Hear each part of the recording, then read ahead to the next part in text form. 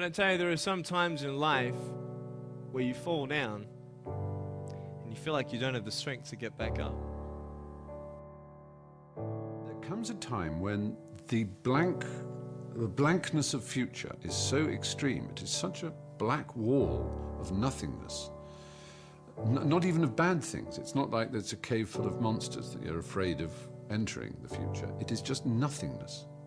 Le néant, as the French would say, la vide, the void, the emptiness. And it is just horrible. It's horrible to contemplate a futureless future, if that isn't too impossible. And so you just want to step out of it, to step out of the whole race, the whole business. The monstrosity of being alive overwhelms you. I thought, what kind of purpose do I have to live? I mean, are you just here to live to die? I mean, is there not a purpose for me? Is there not a purpose in life? And I had questions and no answers. And I asked my mum and dad, why did this happen? I asked doctors, why did this happen? They don't know. There are some things in life that are out of your control that you can't change and you got to live with. The choice that we have, though, is either to give up or keep on going.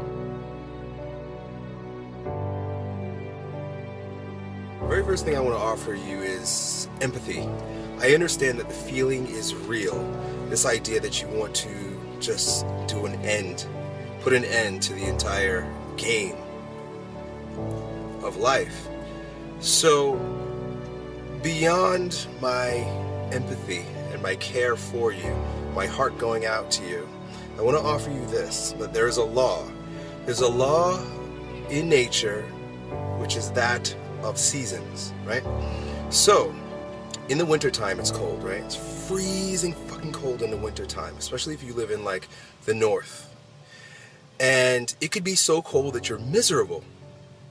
If a man was so cold and miserable that he decided that perhaps I should kill myself because this freezing cold misery is not worth living in, someone might offer him the idea that, or remind him of the law that, dude, this is like, you've got maybe another 6 weeks, you got maybe another 8 weeks, and then spring's coming. Man, it's just the way it is. Things cycle through. It's just a season.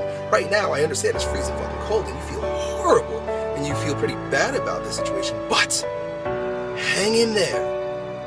70% of illnesses on the planet, all kinds, are self-created.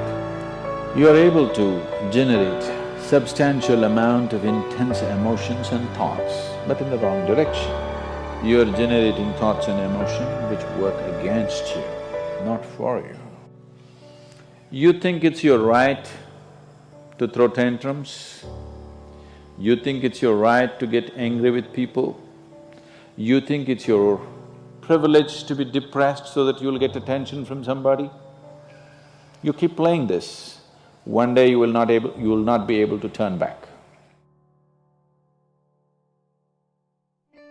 How did I get from depressed to who I am today? Because I tell you, I was depressed. When I was age 8, I used to concentrate on the things I didn't have. I wish I had arms and legs, and I wish I could do this, but what can I do? You see, I have a choice, and that's what I want to talk about today, choices. I can either be angry for not having arms and legs or be thankful for my chicken drumstick. And you see, I can still do a lot of things. At home, I can brush my teeth, comb my hair, get myself ready in the morning. And I'm traveling around the world. It's amazing. Happiness is a choice. That is what I want to live my life by. You can't always be happy. Listen, I know, I'm not crazy. I realize the realism in always being happy. Sometimes you have to put up with some crap in your life. But if you are always striving to choose happiness, every day you wake up and you say to yourself, you know what, I am gonna choose to not let the outside influences of the world affect my mood. I am gonna be in charge of how I feel because I am gonna choose happiness. I promise you, you will lead a lot happier life. And at least you can try to, right? You just have to set the necessary conditions for health, necessary incentives for health. both for yourself and your children if you have them. Do not set incentives for sickness. I felt depressed, I felt miserable, I felt at times where it may be better to take my life. But with the wisdom that I've gathered in my 33 short years of life, I've come to realize that it's just a feeling.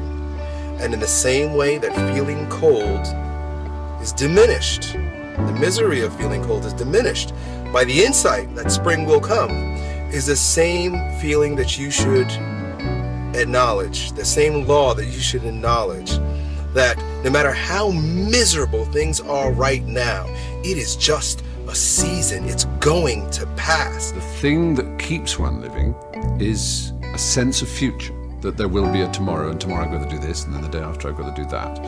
Not that any of these things have a particular logical purpose or a convincing reason to exist, but they somehow keep one going.